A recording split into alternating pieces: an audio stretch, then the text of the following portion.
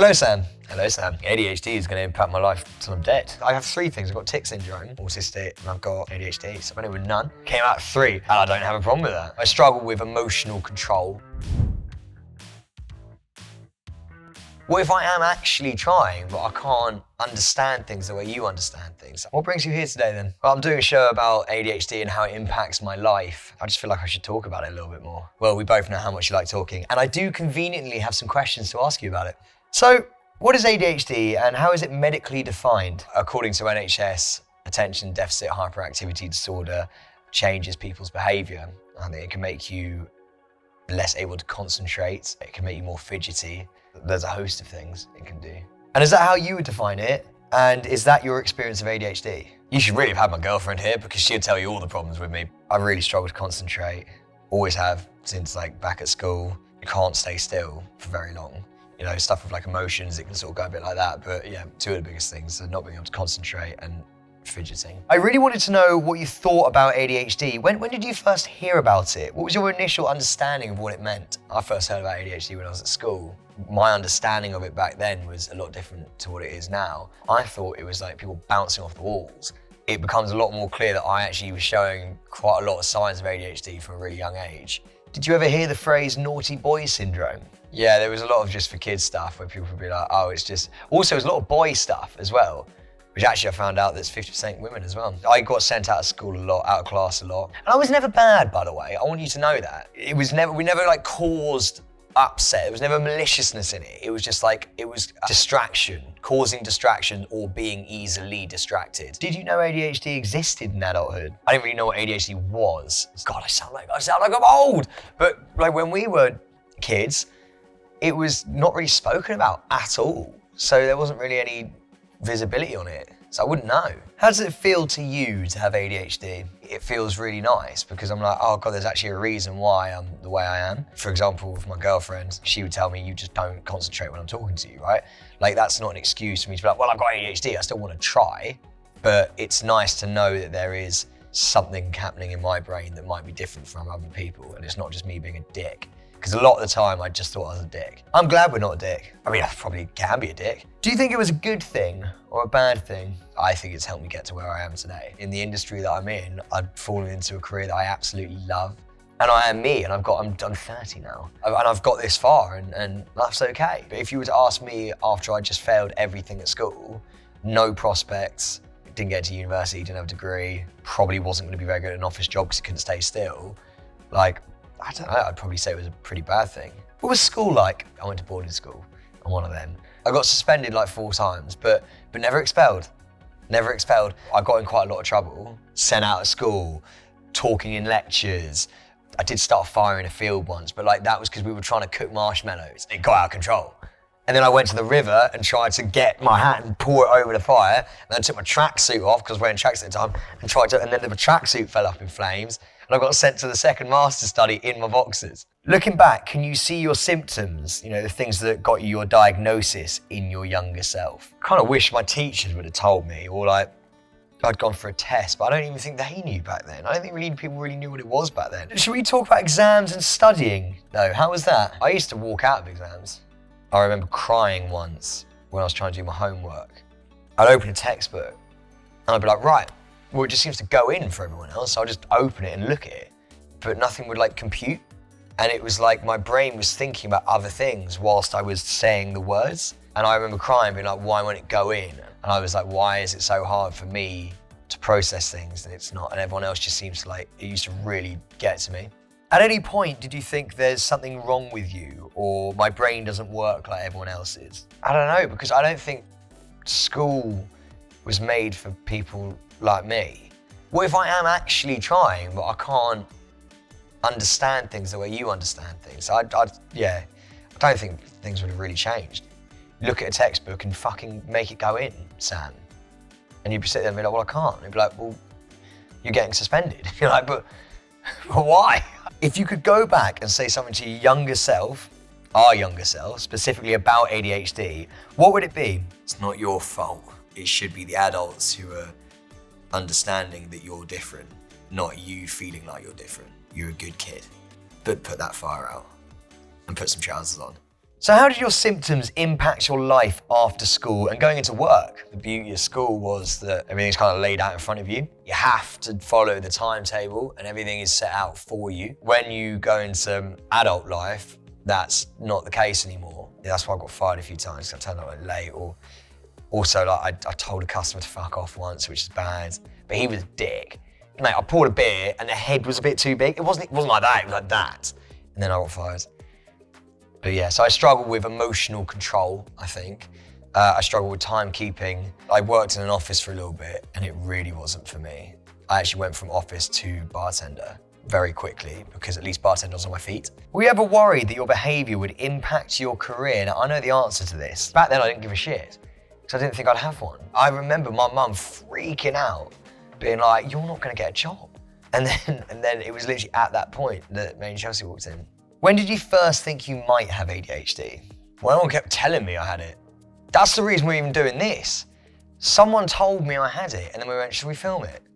And here we are. Like, I kind of always thought there might be something slightly different about me, but I was like, again, it doesn't I'm happy. So I was like, I don't really feel like I need to. The only thing that was getting me a little bit was like, well, I want to become more of an adult. That was actually the main thing.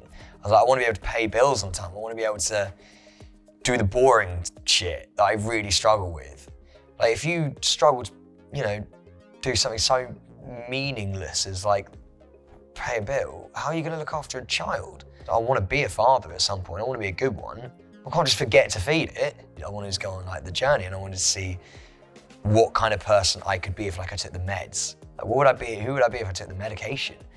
Would I be an even better version of myself? And who doesn't want to try and like be the best version of themselves? And so as I've got older and as life be lifing a bit more, I've wanted to figure it out.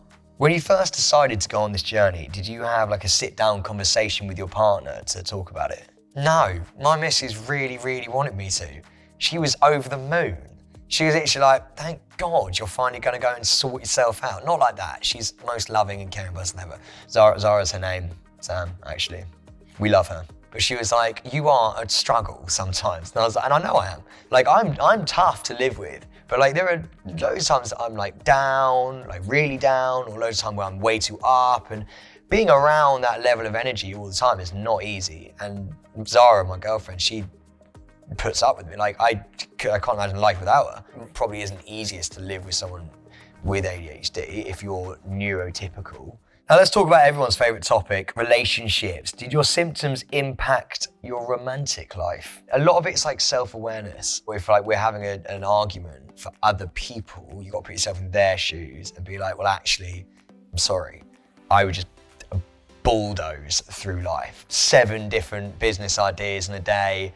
I'd be like calling the agents and calling this person who can make that happen. It has to happen now. Because if it doesn't, I lose the will and we're done. It's called hyperfocus. I'd be like, right, Zara, I need your help. And she'd be like, well, I'm doing something. I need it now. And she'd like drop what she's doing and like come and type it out for me. Zara is the best. Don't know how she ended up with you. What were your expectations for getting diagnosed and did this match the reality? I thought you had to put like triangles in holes and stuff and like they hold up a piece of paper and it's got like a dog on it and it's like, what do you see? It's like, I see a rabbit. And it's like, oh no, he's definitely got something up with him. I thought it was that. A psychotherapist or like someone asking me about my life. She'd like watch me. She had wigs, she had these piercing blue eyes. She was a White Walker, Game of Thrones. And she was like looking into my soul. And I was literally like, this is terrifying. But like she would like watch me move and like click my fingers or like do stuff. That's how she actually diagnosed me with autism, because she was like, you got a tic. And she was like, there's certain things you do. She was like, you're on the spectrum. I was like, wow. Because I think we see these things as extremes. So we've all seen an extremely autistic person. We've seen an extremely ADHD person. But as you say, there is a spectrum. Then I went in, and then she was like, you got ADHD. And I was like, thank God. So I went in with nothing, came out. I have 3 things. I've got tic syndrome, which is like twitch and stuff, which I do a lot. And I've got, autistic, and I've got ADHD. So I went in with 3 things, went in with none, came out 3. Did you look into medication and all the side effects? Were you worried about that at all? I didn't like it. It gave me rushes.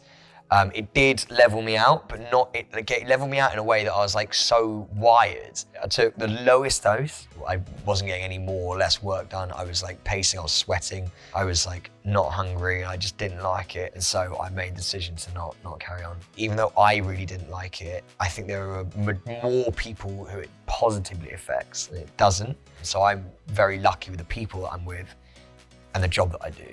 I know there are a lot of people who don't enjoy the job that they do, who don't have the people around them who balance them out, who might be like, but I like the meds are the thing that helps. What was the biggest lesson you've learned so far in your journey with ADHD? Like there's just so much that we're in the dark about. Like we only know now that 50% are women. It was 90% men. And suddenly it's 50% women. What else do we not know? The hashtag ADHD has been searched 13 billion times on TikTok. Wow, that is crazy. 13 billion. This is probably one of the biggest things I've taken away from it. How expensive it is to go private. It's like $2,000. If you want to go and do it quickly, mate, go see a private specialist. Do you know how long it takes in the NHS? Over a year, sometimes 2. How is anybody going to get diagnosed? So think how many people who are now adults who are like, well, I'm never going to get seen. That should change. Have you gone to any therapies for support? I did therapy in the documentary. You're talking about the same kind of stuff, but like everyone has different methods of handling things. And if you put all of them together, it's really, really interesting. What's the future look like for us? How does ADHD impact that? I think ADHD is going to impact my life till I'm dead. And I don't have a problem with that. I'm excited for the future.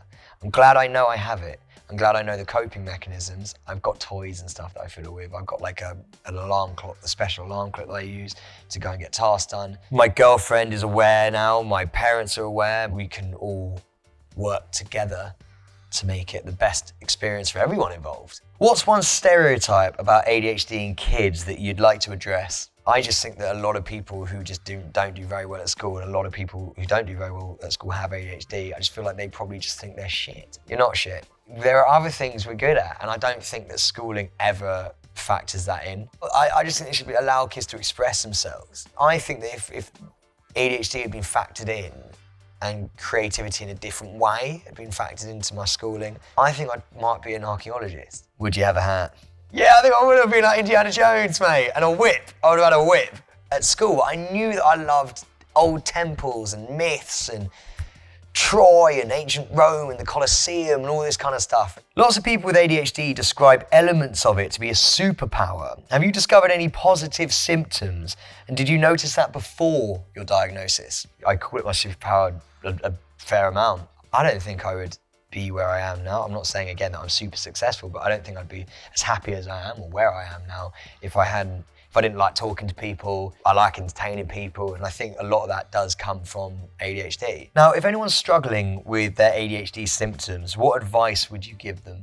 Talk about it. The reason I don't go to therapy as much as I maybe would have is because I moan to my friends and family. A lot of people have ADHD.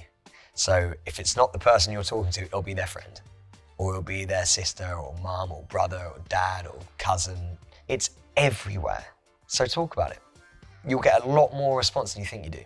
Or TikTok it. Can you describe your ADHD in 3 words? Exciting, despair, and powerful. Thanks for your time today, Sam. Well, it's your time too, mate. You're right. Let's get out of here. Let's get to the PlayStation, you legend.